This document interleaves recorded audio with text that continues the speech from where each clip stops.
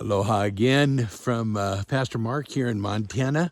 Enjoying my last evening just before I fly out tomorrow on Saturday and back to church on Sunday.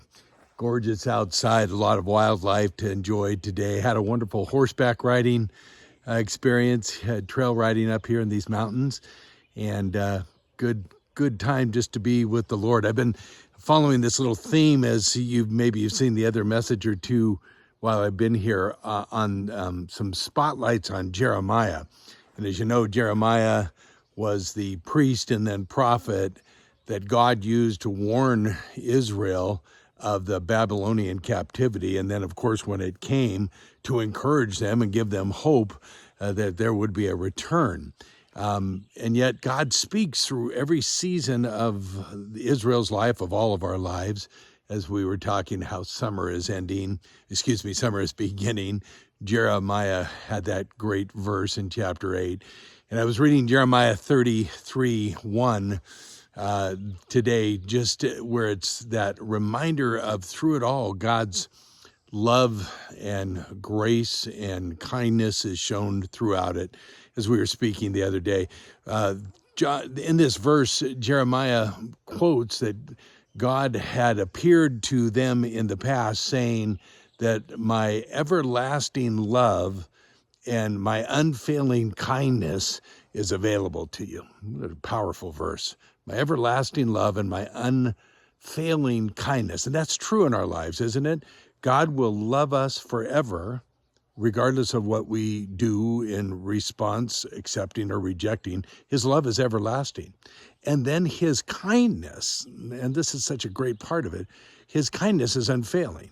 It does not fail, again, regardless of what we do. God never changes. He stays the same. And it's his love that's eternal and his kindness that doesn't fail. Just the opposite of us. So many times we are in seasons of just being fickle before the Lord, or failing or stumbling, and yet it doesn't change the character of God. He still loves us with an everlasting love, and he is still offering his kindness to us in a way that will never fail. I look at that in two ways. I'm thankful for God's characteristic and who he is, but I also want to use it as a model. I want to learn to love in an everlasting way, and I want to learn to extend kindness in an everlasting way as well. Just following that path and keeping my foot on that path as I encounter other people.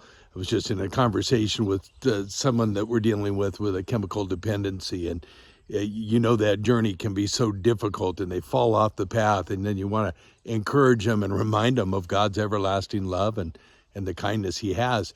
But it's difficult at times as humans with that happening. But there it is. The Word of God just says, here's your hope. Here's what you can hold on to. Here's what we can point to. When I was on the trail today with my horse, Ash, and about 10 other people, we had some up and down trails in these beautiful woods and mountains. This horse, it was so sure-footed, never really slipped, but I was watching it as I lowered the reins to, kind of root her on down the hill, and very sure-footed, not that they don't slip now and then, very sure-footed and careful. And I was watching, and, you try and cooperate as a rider together, but it was a reminder to me that if a horse can watch its step, even going downhill, and it was raining at the time, then I certainly should be able to watch my step and encourage other people to do the same. We've got the most wonderful coach or wrangler, if you can put it in the context here, that just encourages and roots us on with everlasting love and is kind in the process. So that's what I'm packing home as I take off tomorrow morning, and praying that will be part of your theme as this first day of summer comes to an end up here, the longest day of the year, and I'm glad it is, because it's been a great day on my end. God bless you, and aloha. Look forward to seeing you all on Sunday morning.